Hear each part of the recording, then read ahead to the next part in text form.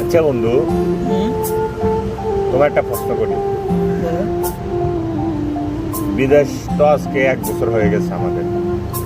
তুমি বিদেশ আইসা কি শিখলা? আমি বিদেশ আইসা সবচেয়ে বেশি শিখতে পারলাম বাস্তবতা কি জিনিস। তুমি সবচেয়ে বেশি কাকে মিস করো?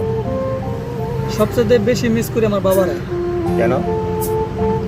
আমি এই 1 বছর বিদেশের লাইফে টাকা এবং বাস্তবতার কাছে এতটা হেরে গেছি, কিন্তু আমার বাপে 70 বছর বয়স হওয়ার পরেও সে আমাকে বলে যে বাবা টেনশন করিস না, আমি তো আছি। বাবার খুব মিস করি রে মা।